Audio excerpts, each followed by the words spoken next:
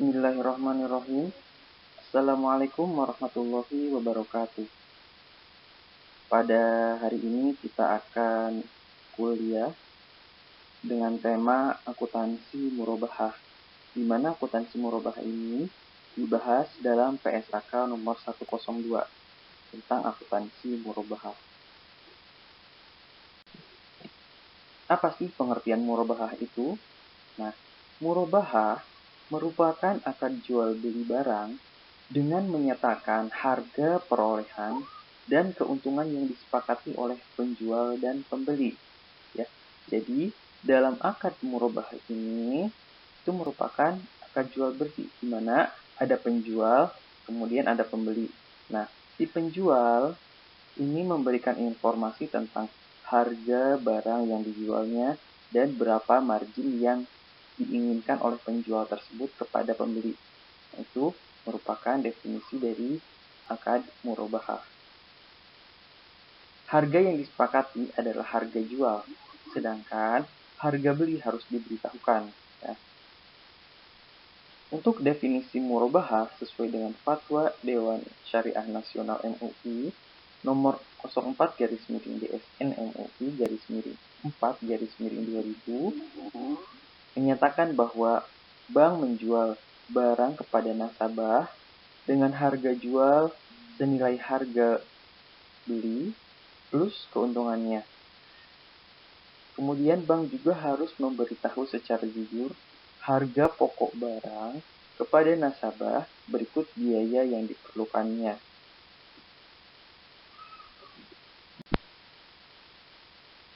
Jenis murabahah. Murabahah secara jenisnya terbagi menjadi dua. Yang pertama adalah tanpa pesanan. Nah, murabahah ini termasuk jenis murabahah yang bersifat tidak mengikat. Murabahah ini dilakukan tidak melihat ada yang pesan atau tidak, sehingga penyedia barang atau penjual dilakukan sendiri oleh penjual. Jadi penjual bisa ready stock terlebih dahulu. Nah, ini yang tanpa pesanan. Kemudian berbeda dengan yang berdasarkan pesanan. Nah, dalam murabahah berdasarkan pesanan, penjual melakukan pembelian barang setelah ada pemesanan dari pembeli. Murabahah dengan pesanan dapat bersifat mengikat atau tidak mengikat pembeli untuk membeli barang yang dipesannya. Nah, murabahah yang bersifat mengikat berarti pembeli harus membeli barang yang dipesannya dan tidak dapat membatalkannya. Ya. Adapun untuk murabahah yang bersifat tidak mengikat bahwa walaupun telah memesan barang, tetapi pembeli tersebut tidak terikat, maka pembeli dapat menerima atau membatalkan barang pesanannya tersebut. Ya. Kemudian, untuk tata cara pembayaran murabahah, ya, dapat dilakukan secara tunai ataupun tangguh. Kemudian, akad murabahah ini juga memperkenankan penawaran harga yang berbeda dengan cara pembayaran berbeda sebelum akad dilakukan. Jadi, boleh adanya negosiasi. Ya. Namun, jika akad tersebut telah disepakati, maka hanya ada satu harga yang ditentukan. Ya, jadi di sini bisa nego harga dalam akad. Itu tentang tata cara pembayaran dalam akad murabahah. Selanjutnya adalah chart of account dalam akuntansi murabahah. Nah, diantaranya COA yang digunakan dalam akuntansi murabahah ini adalah yang pertama adalah aset murabahah. Nah, aset murabahah ini merupakan COA yang ada pada laporan posisi keuangan di bagian aktiva. Aset murabahah ini digunakan untuk mencatat perolehan dari aset murabahah, ya. Perolehan dari aset murabahah misalnya untuk objek murabahahnya adalah mobil. Nah, misalnya bank syariah atau lembaga keuangan syariah sebagai pengada dari aset murabahah ini kan beli dulu tuh. Nah, beli dulu kepada dealer misalnya. Berarti mencatat sebagai aset murabahah saat pembeliannya. Nah, kemudian nanti kan memberikannya aset ini untuk digunakan dalam akad murabahah kepada pembeli misalkan, atau di sini nasabah misalnya. Nah, berarti nanti untuk penerimaan dan pengeluarannya menggunakan aset murabahah ya. Kemudian yang kedua ada coa piutang murabahah. Nah, coa piutang murabahah ini yaitu digunakan untuk mencatat transaksi akad murabahah yang dibayar secara tempo ya, dibayar secara tempo dan dibayar dalam bentuk angsuran ya. Di sini menggunakan coa piutang murabahah. Kemudian yang ketiga ada coa pendapatan murabahah. Nah, di sini ada perbedaan nih antara nomor 3 dan nomor 4 ya. Nomor 3 kan pendapatan murabahah, nomor 5 pendapatan murabahah tangguhan. Nah, bedanya di mana? Bedanya kalau yang nomor 3 itu pendapatan murabahah itu jika kita mendapatkan pembayaran secara tunai dari angsurannya. Jadi ketika angsurannya dibayar saat sebelum jatuh tempo atau saat jatuh tempo sebelum jatuh tempo, maka kita menggunakan pendapatan murabahah untuk mencatat pendapatannya karena diterima secara tunai. Nah, kemudian yang keempat kan pendapatan murabahah tangguhan. Nah, untuk pendapatan murabahah tangguhan ini di jurnal jika saat jatuh tempo si pembeli itu masih belum memberikan angsurannya kepada kita, misalkan selaku LKS. Nah, jadi kita gunakan dulu akunnya untuk mencatat pendapatan tersebut sebagai pendapatan murabahah tangguhan ya. Nah, untuk pendapatan murabahah tangguhan ini kan nanti coa yang munculnya itu berbarengan dengan piutang. Nah, oke, berarti kan piutangnya nanti di debit, kemudian di kreditnya misalkan ada sebagian pendapatan murabahah tangguhan. Nah, ini kan berarti si pembeli itu masih belum membayar angsurannya. Nah, saat si pembeli itu membayar angsurannya, maka nanti kita kan akan menjurnal kas ya. Nah, kemudian untuk pendapatan murabahahnya ini nanti kita akan pindahkan dari tangguhan ke pendapatan murabahah biasa.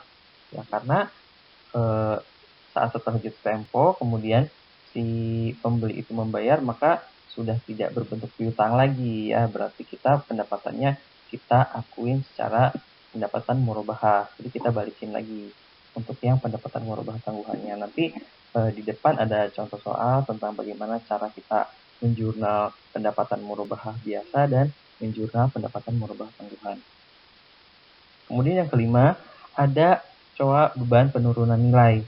Nah, beban penurunan nilai ini di jurnal jika sebelum akad terjadi, misalnya untuk aset murabahahnya sendiri itu adanya kerusakan atau usang dan sebagainya. Nah, untuk mencatat penurunan nilainya, kita sebagai LKS mencatat beban penurunan nilai. Kemudian yang keenam, ada coa pendapatan operasional lainnya. Nah, pendapatan operasional lainnya digunakan saat adanya pembatalan akad. Nah, misalnya saat pembatalan akad, kita sebagai LKS itu kan diperbolehkan untuk memberikan suatu ketentuan bahwa misalnya saat akadnya dibatalkan sepihak oleh pembeli, maka dikenakan biaya pembatalan misalkan 20.000 atau berapa misalnya. Nah, di sini untuk mencatat penerimaan atas pembatalan tersebut, kita menggunakan coa pendapatan operasional lainnya sebagai bank syariah atau LKS. Kemudian yang ketujuh, ada coa beban piutang tak tertagih. Nah, coa beban piutang tak tertagih ini untuk mencatat piutang yang kemungkinan tidak tertagih ya dari si pembeli tersebut. Tapi sebisa mungkin piutang ini harus tertagih karena itu kan merupakan kewajiban bagi pembeli untuk membayar dan keharusan kita sebagai LKS untuk menagih. Kemudian yang kedelapan, adanya celah potongan pelunasan. Nah, celah potongan pelunasan ini digunakan saat adanya pelunasan sebelum akad itu berakhir. Nah, misalkan akadnya itu 1 tahun, akan tetapi baru 6 bulan dilunasin. Nah, di sini kita sebagai LKS boleh untuk memberikan diskon atau potongan pelunasan kepada pembeli. Kemudian yang ke-9, ada akun dana kebajikan. Nah, dana kebajikan ini dicatat sebagai penerimaan dari denda. Nah, misalnya si pembeli itu karena kelalaiannya membayar jatuh tempo, kemudian bulan selanjutnya jatuh tempo lagi. Nah, kita diperkenankan untuk mengenakan denda. Nah, denda ini kita masukkan sebagai dana kebajikan. Nah, baik itu mengenai tentang akun-akun yang ada dalam akuntansi murabahah. Selanjutnya adalah ruang lingkup dalam akuntansi murabahah. Pernyataan ini ditetapkan untuk yang pertama, lembaga keuangan syariah dan koperasi syariah yang melakukan transaksi murabahah, baik sebagai penjual maupun pembeli. Kemudian juga untuk pihak-pihak yang melakukan transaksi murabahah dengan lembaga keuangan syariah atau koperasi syariah. LKS yang dimaksud antara lain yang pertama, perbankan syariah, bagaimana yang dimaksud dalam peraturan perundang-undangan yang berlaku. Kemudian yang kedua, lembaga keuangan syariah non-bank seperti asuransi, lembaga pembiayaan, dan dana pensiun. Kemudian yang ketiga, lembaga keuangan lainnya yang diizinkan untuk oleh peraturan perundang-undangan yang berlaku untuk menjalankan transaksi murabahah. Kemudian, pernyataan ini tidak mencakup pengaturan perlakuan akuntansi atas obligasi syariah yang menggunakan akad murabahah. Kemudian, untuk penerapan PSAK 102 tentang akuntansi murabahah, di sini ilustrasinya sebagai berikut. Yang pertama, misalnya ada proses jual beli murabahah antara pembeli dengan LKS. Ya, di sini pembeli negosiasi dulu dengan LKS, kemudian persyaratannya seperti apa. Nah, kemudian setelah adanya negosiasi dan deal misalnya, kemudian LKS akan memesankan barang kepada pemasok. Nah, kemudian setelah memesan barang kepada pemasok, nanti pemasok akan menyerahkan dan mengirimkan barang kepada LKS. Nah, kemudian setelah itu maka terjadilah akad murabahah antara pembeli dengan LKS. Nah, setelah akad ini terjadi, maka barang tersebut dikirimkan oleh LKS kepada pembeli. Ya. Kemudian setelah barang tersebut diterima oleh pembeli, pembeli membayar kewajiban berupa angsuran ataupun cash tunai kepada LKS. Ya. Di sini untuk akuntansi yang digunakan oleh pembeli yaitu menggunakan akuntansi dia sebagai pembeli. Nah, kemudian untuk LKS nih kita misalkan memposisikan diri sebagai LKS, kita mencatat dua sisi. Yang kita mencatat akuntansi penjual sebagai kita penjual kepada pembeli, dan kita mencatat akuntansi pembeli di mana kita memposisikan diri sebagai pembeli kepada pemasok. Nah, sedangkan untuk pemasok itu menggunakan akuntansi penjual. Nah, itu merupakan penerapan PSAK 102 tentang akuntansi murabahah.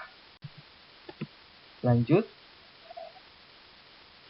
tentang harga jual yang akan dipatok atau akan ditarifkan oleh bank syariah sebagai penjual dalam akad murabahah. Nah, di sini misalkan untuk harga perolehan persediaannya tersebut, misalkan berapa nih? Nah, kemudian ditambah dulu keuntungan. Nah, setelah ditambah keuntungan, harga perolehan ditambah keuntungan, itu merupakan harga jual yang akan kita berikan kepada pembeli. Ya, kemudian nanti kita sebagai bank syariah sebagai penjual misalkan memberikan akan tersebut dalam bentuk tangguhan, ya dealnya misalkan dalam bentuk tangguhan, maka si pembeli akan membayar angsuran kepada kita selaku LKS, ya. Maka di sini kita bisa estimasi berapa harga penjualnya sesuai dengan keuntungan yang disepakati bersama. Kemudian untuk aset murabahah ini saat diperoleh diakui sebagai persediaan atau sebagai aset murabahah, ya, sebesar biaya perolehannya. Kemudian untuk harga pokok barangnya yaitu jumlah kas atau setara kas yang dibayarkan untuk memperoleh suatu aset sampai dengan aset tersebut dalam kondisi dan tempat yang siap untuk dijual atau digunakan. Nah, misalnya untuk pembelian aset murabahah itu ada biaya asuransi, kemudian ada biaya pengiriman. Nah, itu semuanya dimasukkan sebagai biaya untuk memperoleh harga pokok dan biaya tersebut ditambahkan ke dalam harga aset tersebut, ya. Lanjut tentang biaya sebagai unsur harga perolehan. Ya, misalkan kita sebagai bank syariah, kita membeli barang dari pemasok, ya, pemasoknya misalkan jauh nih ada di Batam, sedangkan pembelinya ada di Garut. Nah, kita sebagai penengah atas transaksi murabahah. Jadi si pembeli yang di Garut belinya ke kita sebagai LKS dan kita belinya ke pemasok yang di Batam.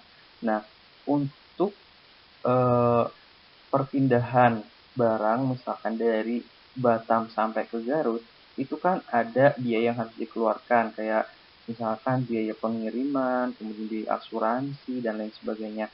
Nah, biaya tersebut dimasukkan sebagai unsur harga pokok perolehan dari aset tersebut, ya. Jadi ditambahkan misalkan harga pokok asetnya misalnya 60 juta, kemudian biaya pengirimannya berapa, asuransinya berapa, nah semua itu ditambahkan, maka semuanya masuk sebagai biaya unsur harga perolehan, ya. Kemudian untuk diskon murabahah, nah diskon murabahah ini bisa terjadi sebelum akad atau adanya setelah akad, ya.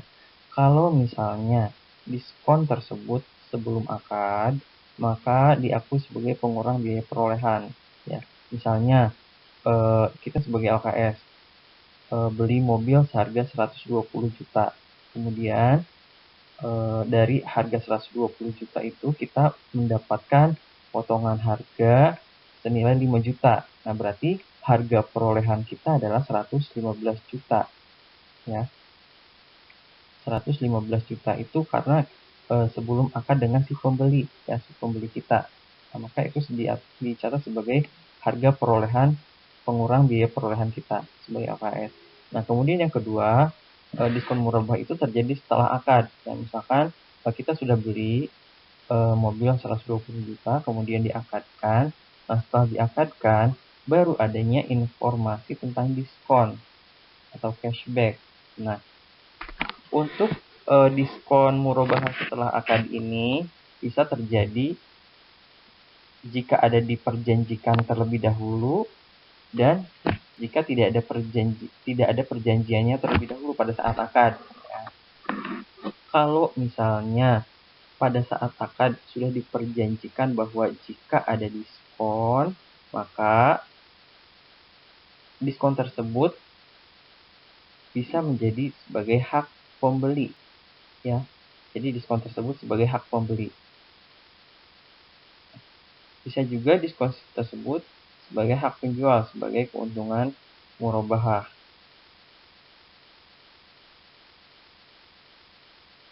Jadi tergantung perjanjiannya. Nah, kalau misalkan perjanjiannya itu kata si pembeli, udah, kalau misalkan nanti ada diskon, itu diskonnya buat gue ya, misalkan. Tapi itu sebagai hak pembeli, ya. Maka kewajiban kita sebagai LKS untuk memberikan cashback tersebut kepada pembeli.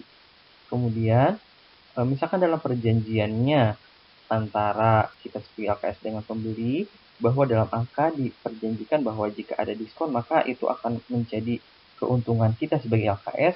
Nah, berarti kita sebagai LKS akan mencatatnya sebagai keuntungan murabahah, ya. Jadi di sini tergantung perjanjian dalam akadnya itu seperti apa. Ya. Kemudian yang kedua, jika tidak diperjanjikan dalam akad, jadi dalam akad misalkan tidak ada perjanjian nih, kalau misalkan saya dapat diskon dari pemasok, gimana? Misalkan nggak ada perjanjiannya nih, maka kita sebagai LKS mencatat diskonnya tersebut sebagai pendapatan operasional lainnya, ya, atau other complement income. Itu tentang diskon murabahah. Selanjutnya adalah kategori diskon murabahah dari pemasok. Ya. Diskon yang terkait dengan pembelian barang antara lain meliputi yang pertama, diskon dalam bentuk apapun dari pemasok atas pembelian barang. Yang kedua, diskon biaya asuransi dari perusahaan asuransi dalam rangka pembelian barang. Yang ketiga, komisi dalam bentuk apapun yang diterima terkait dengan pembelian barang. Itu kategori diskon murabahah dari pemasok.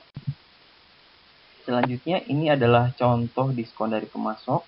Ya, misalkan pada tanggal 15 Mei dibeli mobil Innova.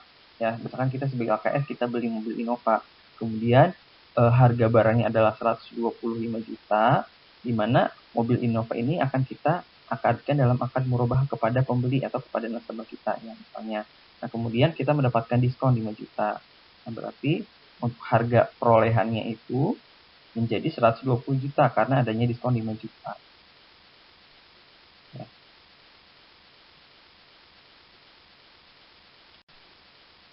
Kemudian selanjutnya tentang uang muka murabahah. Ya.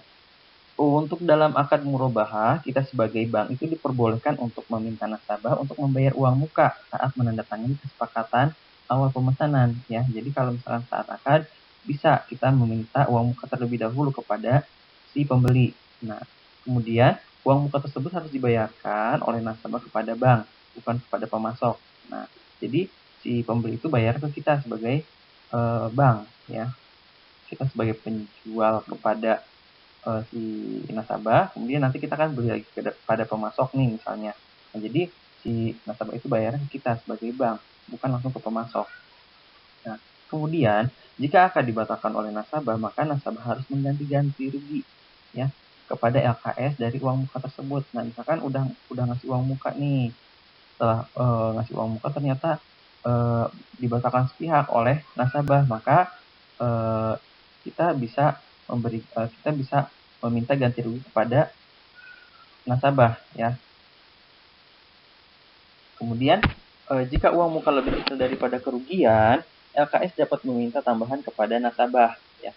Misalkan uang mukanya tuh 500.000 sedangkan kerugian kita itu 1 juta. Nah, maka kekurangannya 500.000 itu kita sebagai LKS minta lagi nih kepada nasabah sebagai biaya ganti ruginya. Kemudian jika uang muka lebih besar dari kerugian, LKS harus mengembalikan kelebihannya kepada nasabah. Ya. Ini misalkan si nasabah sudah menyimpan uang muka di kita 500.000, ternyata dibatalkan akadnya, kemudian untuk biaya ganti ruginya misalkan 250.000, berarti kita harus mengembalikan 250.000 kepada pembeli atau konsumen kita atau nasabah kita. Ya. Kemudian, poin selanjutnya, jika akan dilaksanakan, maka keuntungan murabahah didasarkan pada porsi harga barang yang dibiayai oleh bank. Kemudian yang kedua, menjadi bagian pelunasan piutang murabahah. Tidak diperkenankan sebagai pembayaran angsuran. Ya, jadi untuk uang mukanya itu nanti akan mengurangi nilai piutang. Ya.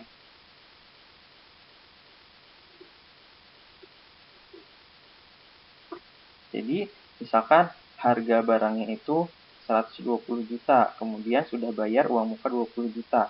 Nah, maka uang mukanya itu dikurangin dulu ya dari seluruh harga dalam akad murabahahnya yang 120 juta itu berarti tinggal 100 juta. Nah, nanti ini yang 100 juta ini baru dibagi ke dalam angsuran seperti itu. Selanjutnya ini adalah contoh perhitungan murabahah ya. Misalkan di sini harga barangnya adalah 160 juta misalkan, kemudian harga diskon sebelum akad, berarti diskonnya diakuin sebagai pengurang harga perolehan oleh bank syariah, sehingga harga pembeliannya itu adalah 144 juta. Kemudian adanya biaya operasional nih misalkan. Maka biaya operasional ini menambah harga pokok ya, berarti harga pokoknya itu 150 juta. Nah, misalkan dari transaksi ini uang muka nasabah ke kita sebagai LKS yaitu 30 juta. Misalkan berarti sudah bayar 30 juta nih si nasabahnya ke kita sebagai uang muka. Kemudian pembayarannya dilakukan secara tangguh selama 1 tahun dan Bank Syariah memperhitungkan keuntungannya 21%. Nah, untuk keuntungan ini diberitahukan terlebih dahulu kepada pembeli bahwa keuntungan yang kita tarifkan itu adalah 21%, kemudian pokok atau harga pembelinya itu berapa. Jadi semuanya itu diinformasikan kepada pembeli. Selanjutnya adalah pembiayaan murabahah, yaitu metode yang kita gunakan untuk menghitung margin bank syariah ya. Dimana di sini untuk kita menghitung margin sebagai bank syariah, kita hitung dulu harga perolehan mobilnya berapa. Nah, misalnya di sini mobil sebagai objek dari akad murabahah, harga perolehannya atau saat kita sebagai LKS membeli kepada pemasok itu harganya misalkan 150 juta rupiah. Kemudian setelah kita membeli dari pemasok, kemudian si pembeli atau nasabah kita membayar uang muka ke kita. Uang mukanya misalkan 30 juta rupiah ya. Kan kita menjual lagi nih kepada nasabah. Nah, nasabah memberikan DP 30 juta, maka pembiayaan dari kita sebagai bank syariah itu adalah 120 juta. Jadi dikurangi dulu terhadap uang mukanya. Nah, untuk menghitung marginnya, misalkan di sini margin yang kita inginkan dan sudah disepakati bersama nasabah bahwa marginnya itu adalah 21%. Nah, untuk margin 21% itu kita kalikan dengan angka pembiayaan bank syariahnya ya, bukan dari angka harga perolehan mobilnya. Karena kan di sini si pembeli atau si nasabah sudah memberikan uang muka. Jadi persentasenya kita kalikan dengan pembiayaan bank syariahnya itu berapa ya. Di sini karena 21%, maka 21% dikali 120 juta, maka didapatkan angka 25.200.000 rupiah. Ini merupakan margin untuk kita sebagai bank syariah. Kemudian untuk menghitung angsuran per bulan yang kita tarifkan kepada pembeli, maka kita hitung terlebih dahulu. Misalkan di sini harga mobilnya tadi 150 juta ya. Kemudian keuntungan yang ingin kita dapatkan atau yang disepakati itu adalah 25.200.000 rupiah. Nah, berarti harga pembelian mobilnya tambah keuntungan terlebih dahulu. Nah, berarti harga jual kita ke konsumen atau ke nasabah adalah harga beli mobil ditambah margin keuntungan. Jadi 150 juta ditambah 25.200.000 rupiah. Maka didapatkan angka harga jualnya adalah 175.200.000 rupiah. Dikurangi terhadap uang nasabahnya 30 juta, maka sisa angsurannya adalah 145.200.000 rupiah. Nah, karena di sini akadnya itu untuk 1 tahun, maka angsurannya kita bagi per bulan, yaitu 12 bulan. Maka 145.200.000 rupiah ini dibagi 12, didapatkan angka 12.100.000 rupiah. Nah, ini merupakan tarif yang kita berikan sebagai angsuran bulanan kepada nasabah sebagai pembeli. Ya, ini tentang metode penghitungan dalam akad murabahah. Lanjut ke pengadaan barang murabahah diwakilkan. Nah, bank syariah melakukan transaksi murabahah dengan amir, misalnya atas mobil Kijang Innova dengan pembayaran dilakukan secara cicilan selama 1 tahun. Harga jual sesuai kesepakatan tadi adalah 145.200.000 rupiah yang terdiri dari harga perolehannya 120 juta ditambah dengan keuntungannya adalah 25.200.000 rupiah. Nah, di sini kan Bank Syariah menyerahkan uang tunai kepada Amir 120 juta sebagai wakil Bank Syariah untuk membeli mobil Innova untuknya. Nah, di sini kita notes, jika bank mewakilkan kepada nasabah untuk membeli barang dari pihak ketiga, akad jual beli murabahah harus dilakukan setelah barang secara prinsip menjadi milik bank ya. Lanjut pada alur transaksi murabahah jika diwakilkan untuk penyerahan barang atau pembelian barang dari pembeli langsung kepada pemasok ya. Misalnya di sini Bank Syariah kan memberikan uang tunai kepada Amir. Nah, nanti Amir langsung memberikannya kepada pemasok. Misalkan berarti kan di sini adanya akad perwakilan ya, di mana Amir mewakilkan Bank Syariah untuk membeli kepada pemasok. Nah, di sini nanti kita sebagai Bank Syariah mencatat saat menyerahkan uang tersebut kepada Amir, yaitu debitnya adalah piutang wakalah ya, karena kan kita adanya akad wakalah dari Amir terhadap Bank Syariah ya. Kemudian di kreditnya adalah kas, yaitu 120 juta itu saat kita memberikan wakalah kepada pembeli. Kemudian saat barangnya sudah ada, maka kita catat di debitnya itu adalah persediaan atau aset murabahah, yaitu 120 juta ya. Pada kreditnya adalah piutang wakalah, yaitu 120 juta ya.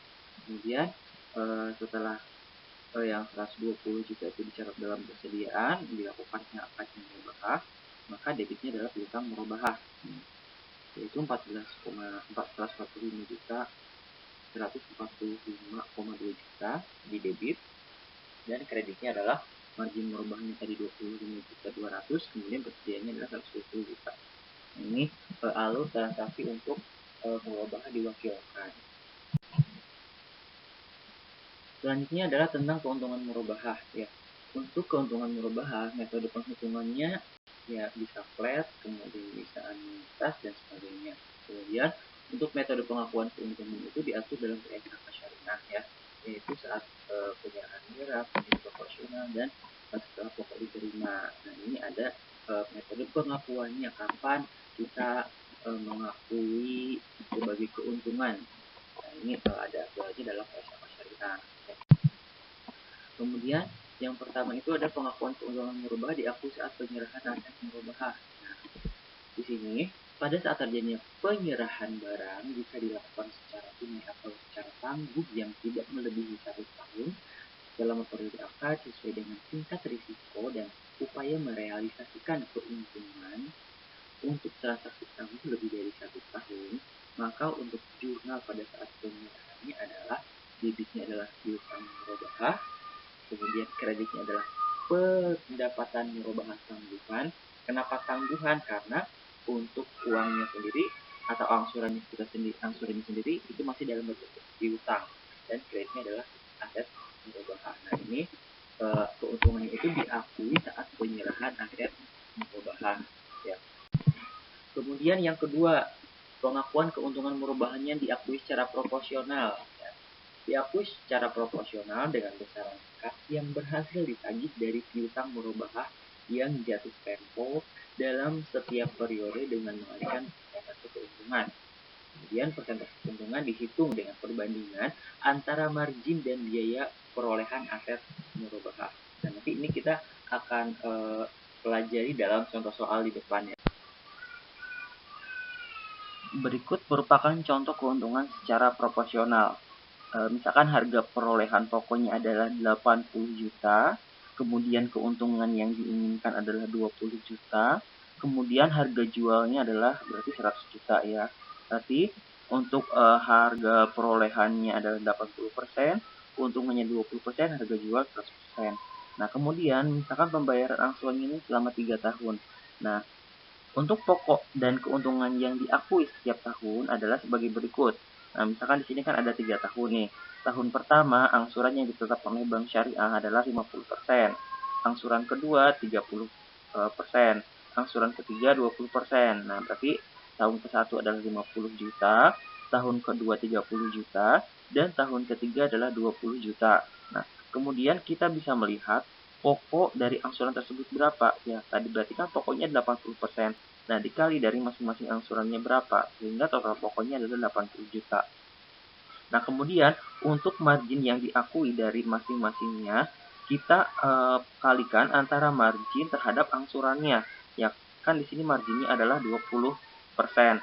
Maka untuk tahun pertama marginnya 20% dikali angsurannya 50 juta, maka margin yang diakui pada tahun pertama adalah 10 juta. Kemudian margin yang diakui pada tahun kedua yaitu 20% dikali 30 juta, yaitu 6 juta. Kemudian pada tahun ketiga kita mengakui margin 20% dari 20 juta, yaitu 4 juta, sehingga total marginnya adalah 20 juta rupiah.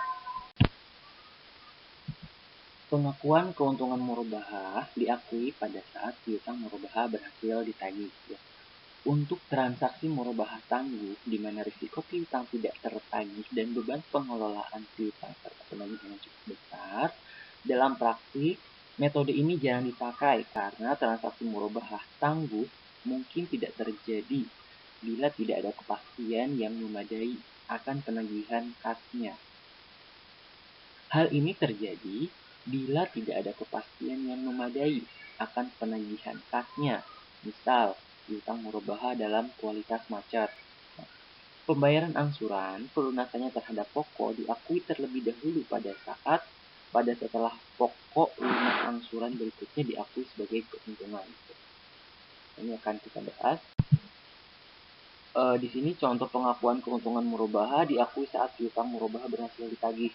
Nah, jadi untuk pengakuan piutangnya, pengakuan pendapatannya itu kalau misalkan sudah bayar semua nih, full semua angsurannya. Nah, berarti pada akhir masa akad ya untuk pengakuannya.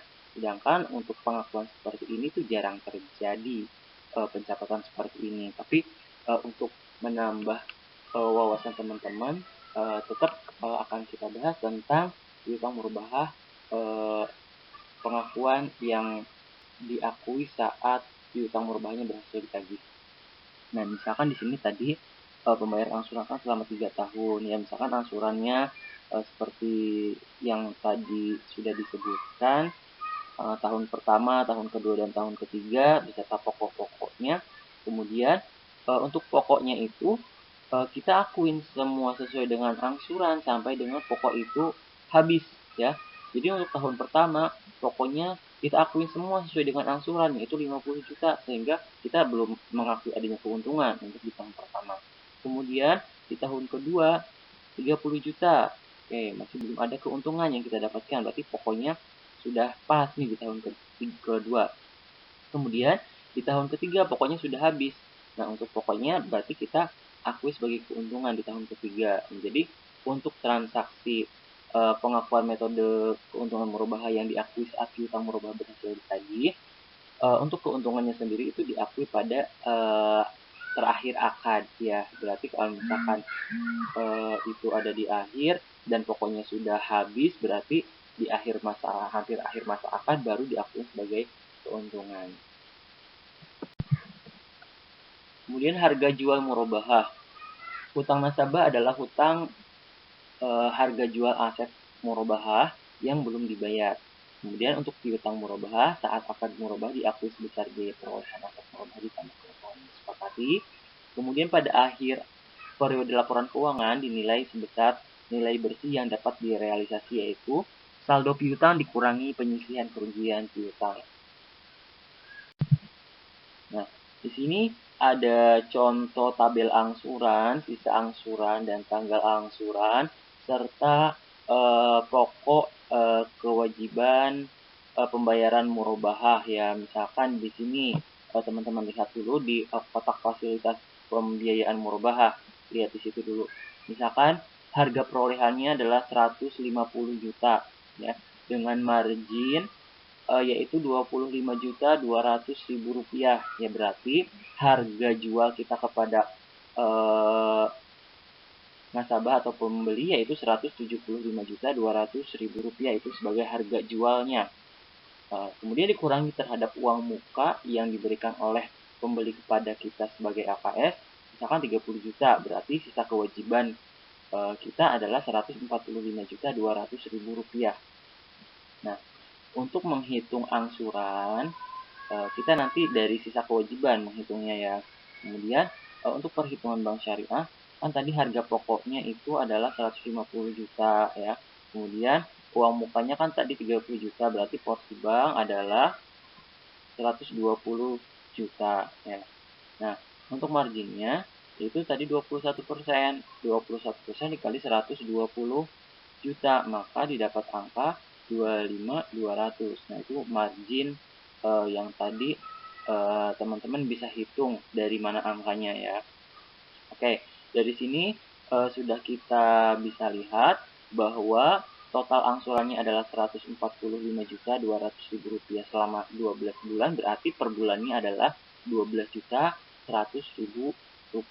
Nah, berarti dibikin tabel, sebelah kirinya adalah angsuran keberapa, kemudian total angsurannya berapa, kemudian sisa angsurannya berapa, dan tanggal angsurannya berapa. Nah, ini nanti teman-teman bisa membuat tabel angsuran seperti ini ya. Untuk angkanya nanti angsuran, karena di sini angsurannya flat, berarti per bulannya sama Rp12.100.000. Kemudian untuk sisa angsurannya nanti tinggal dikurangi saja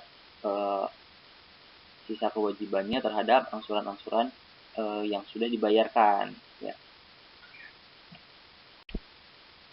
Baik, di sini akan dilanjutkan kepada contoh akuntansi murabahah, di mana posisikan kita sebagai bank syariah, ya, sebagai penjual dengan pengakuan keuntungan secara proporsional. Dan untuk ending dari transaksi ini nantinya akan terjadi pembatalan transaksi, pembatalan akad, ya. Baik, di sini contohnya adalah bank syariah melakukan transaksi murabahah dengan nasabahnya atas mobil Innova dengan harga perolehan Rp150 juta. Di sini nasabah telah menyerahkan uang muka ke bank syariah sebesar 30 juta. Atas murabahah tersebut disepakati keuntungannya itu adalah 21% dan pembayaran dilakukan secara angsuran selama 12 bulan. Nah, di sini kita sebagai bank syariah, kita menerima uang muka nih dari nasabah, maka kita mencatat debitnya adalah kas 30 juta dan kreditnya adalah hutang uang muka murabahah yaitu 30 juta rupiah. Kemudian lanjut, bank syariah membayar uang muka kepada pemasok yaitu Rp7.500.000. Nah, berarti kita beli mobil Innova tersebut kepada pemasok nih sebesar Rp7.500.000 ya. Kita beli ngasih DP dulu nih Rp7.500.000. Dan jika dibatalkan, maka akan adanya pengembalian uang muka, akan tetapi dikurangi dengan biaya pembatalan Rp500.000. Nah, misalkan kita sudah akad dengan pemasok, sudah DP. Kalau misalkan DP akadnya itu nanti kita batalkan kepada pemasok atau pesanan itu dibatalkan, maka DP-nya akan dikembalikan oleh pemasok, tapi nanti akan dikurangi Rp500.000 sebagai biaya pembatalannya. Nah, karena kita di sini bayar dulu DP kepada pemasok, maka debitnya adalah piutang uang muka sebesar Rp7.500.000 dan kreditnya adalah kas Rp7.500.000. Nah, selanjutnya nih, si nasabah membatalkan pesanan ke bank sesuai akad. Jika ada pembatalan, maka pengembalian uang muka kepada nasabah dikurangi biaya pembatalan ke bank sebesar Rp600.000. Nah, di sini kita juga sebagai bank syariah punya akad ke nasabah bahwa kalau misalkan si nasabah itu batal, maka DP-nya akan kita kembalikan, akan tetapi kita akan kurangi DP tersebut sebesar Rp600.000 sebagai biaya pembatalan. Nah, di sini maka kita sebagai pihak bank maka menjurnal debitnya adalah hutang uang muka murabahah sebesar 30 juta, kemudian kreditnya adalah kas. Kasnya kita kembalikan sebesar Rp29.400.000 ya, dikurangi 600 karena adanya pembatalan. Nah, untuk biaya pembatalan ini kita selaku bank syariah mengakuinya sebagai pendapatan operasional lainnya sebesar Rp600.000. Nah, kemudian bank syariah kan kita tadi si nasabah atau si pembeli sudah membatalkan. Nah, berarti kita batalkan juga kepada pemasok ya. Kita sebagai bank syariah membatalkan pesanan kepada pemasok dan uang muka dari pemasok dikembalikan ya. Dikembalikan sebesar 7 juta setelah dikurangi dengan biaya pembatalan kepada pemasoknya adalah Rp500.000. Nah, maka kita mencatat di debitnya adalah K sebesar 7 juta rupiah. Kemudian kita dikenakan di admin pembatalan yaitu Rp500.000 dan di kreditnya adalah piutang uang muka sebesar Rp7.500.000. Nah, ini merupakan contoh ilustrasi tentang akuntansi murabahah di mana kita sebagai penjual yaitu bank syariah dengan pengakuan keuntungannya secara proporsional akan tetapi transaksinya itu batal, tidak terjadi ya. Kemudian lanjut. Nah, berikut adalah contoh transaksi murabahah di mana transaksinya itu dilaksanakan atau berhasil. Nah, di sini misalnya jurnal pada saat bank menerima uang muka dari nasabah ya. Misalkan tadi DP-nya adalah 30 juta. Maka kita sebagai bank yang menerima uang muka tersebut mencatat debitnya adalah kas 30 juta, kemudian kreditnya adalah hutang uang muka murabahah 30 juta. Nah, kemudian misalnya bank membayar uang muka kepada pemasok ya, karena kita sebagai perbankan kita pesan dulu nih misalkan ke pemasok dan harus bayar uang muka. Nah, untuk menjurnalnya maka debitnya adalah piutang uang muka Rp7.500.000 pada kreditnya adalah kas Rp7.500.000. Nah, kemudian kan kita membeli ini kepada pemasok ya. Kemudian barangnya sudah ada, kemudian diserah terimakan, maka kita mencatat debitnya adalah aset murabahah yaitu Rp150 juta.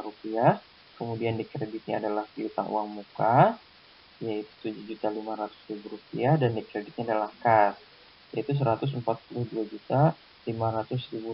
Nah, otomatis barang tersebut sudah menjadi milik kita sebagai penjual ya. Kemudian kita jual barang tersebut ke nasabah ya. Nah, di sini Bank Syariah melakukan transaksi murabahah dengan nasabahnya atas milik Innova dengan harga perolehan sebesar Rp150 juta. Maka kita catat di sisi debitnya adalah piutang murabahah senilai harga perolehan ditambah keuntungannya ya, yaitu Rp175.200.000 di debit ya, piutang murabahahnya. Kemudian di kreditnya adalah pendapatan murabahah tangguhan. Di sini kita menggunakan pendapatan murabahah tangguhan karena kan pelunasannya masih berbentuk piutang ya, belum ada pelunasan secara cash. Berarti pendapatannya kita tangguhkan terlebih dahulu yaitu Rp25.200.000 dan kreditnya adalah aset murabahah senilai Rp150 juta. Nah, kemudian setelah akadnya itu sukses atau berhasil, transaksinya berhasil, maka kita reklas titipan uang muka yang sudah diberikan oleh pihak pembeli kepada perbankan yaitu yang 30 juta tadi, maka kita catat sisi debitnya adalah hutang uang muka murabahah sebesar Rp30 juta dan di kreditnya adalah piutang murabahah senilai Rp30 juta. Nah, ini merupakan contoh transaksi dari ilustrasi transaksi murabahah yang dilaksanakan berhasil. Selanjutnya untuk transaksi murabahah dilaksanakan misalkan jurnal untuk pembayaran angsuran ya. Di sini misalnya angsuran pertama diterima angsuran tunai sebesar Rp12.100.000. Maka kita catat di sisi debitnya adalah kas Rp12.100.000, di kreditnya adalah piutang murabahah ya sebesar Rp12.100.000. Nah, kemudian kita juga menjurnal dari pendapatan murabahah tangguhan ke pendapatan murabahah ya. Jadi kita akuin pendapatan murabahah langsung. Dan untuk yang tangguhannya kita debitkan. Untuk jurnalnya debitnya adalah pendapatan murabahah tangguhan sebesar Rp2.100.000 dan kreditnya adalah pendapatan murabahah yaitu Rp2.100.000. Kemudian untuk angsuran kedua, misalkan telah jatuh tempo, namun nasabah belum membayar. Nah, maka kita catat sisi debitnya adalah piutang murabahah jatuh tempo yaitu Rp12.100.000 dan dikreditnya adalah piutang murabahah sebesar Rp12.100.000. Kemudian untuk pendapatannya kita jurnal juga pendapatan murabahah tangguhnya di debit yaitu Rp2.100.000 dan kreditnya adalah pendapatan murabahah sebesar Rp2.100.000. Nah, kemudian karena tadi itu pembayarannya jatuh tempo, nah beberapa hari kemudian diterima nih angsuran yang tertunggak itu, maka kita jurnal debitnya adalah kas, yaitu Rp12.100.000 pada piutang murabahah jatuh tempo, yaitu Rp12.100.000. Nah, misalnya di sini nih, karena kelalaian pembayaran yang disengaja oleh pembeli, dikenakan denda Rp50.000. Nah, misalkan untuk angsuran yang tertunggak itu karena adanya kesengajaan dan dalam akad itu misalkan sudah disepakati bahwa kalau misalkan ada pembayaran yang tertunggak dikenakan denda Rp50.000 misalkan. Maka kita sebagai bank syariah mencatat saat adanya pembayaran tersebut, yaitu debitnya adalah kas Rp50.000 dan kreditnya adalah dana kebajikan atau denda Rp50.000.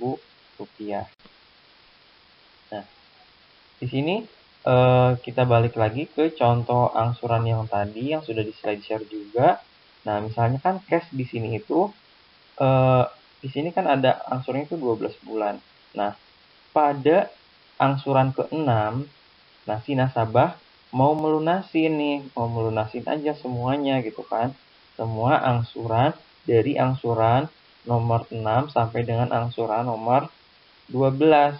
Nah, di sini kita bisa memberikan diskon atau potongan kepada si nasabah ya. Misalkan nih, dalam catatan bank syariah, sisa pokoknya itu adalah 60 juta pada angsuran ke-6.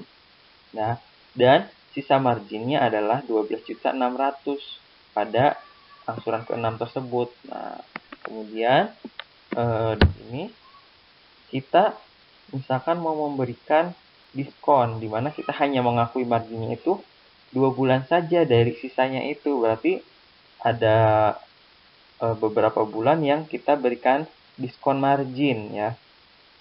Nah, di sini misalkan dibayar nasabahnya itu adalah 60 juta ditambah 4.200.000 ya, dari sisa margin kita hanya mengambil marginnya itu 4.200.000 saja. Ya, berarti ada 8.400.000 kita berikan sebagai potongan kepada nasabah. Nah, berarti di sini nasabah hanya membayar 64.200.000 ya. Karena kan ada potongan sebesar 8.400.000.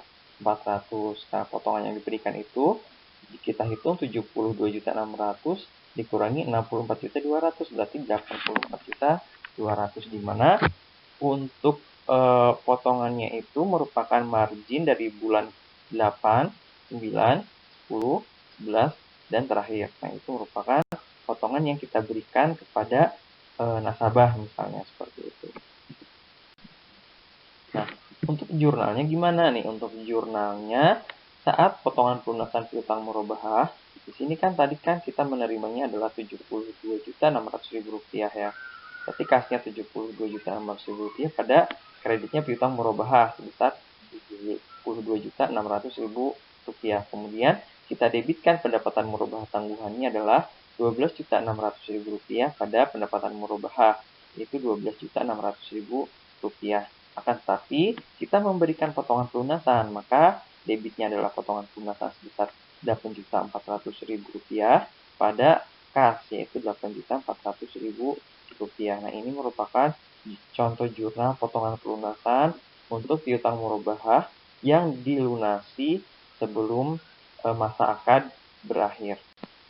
Nah, terima kasih.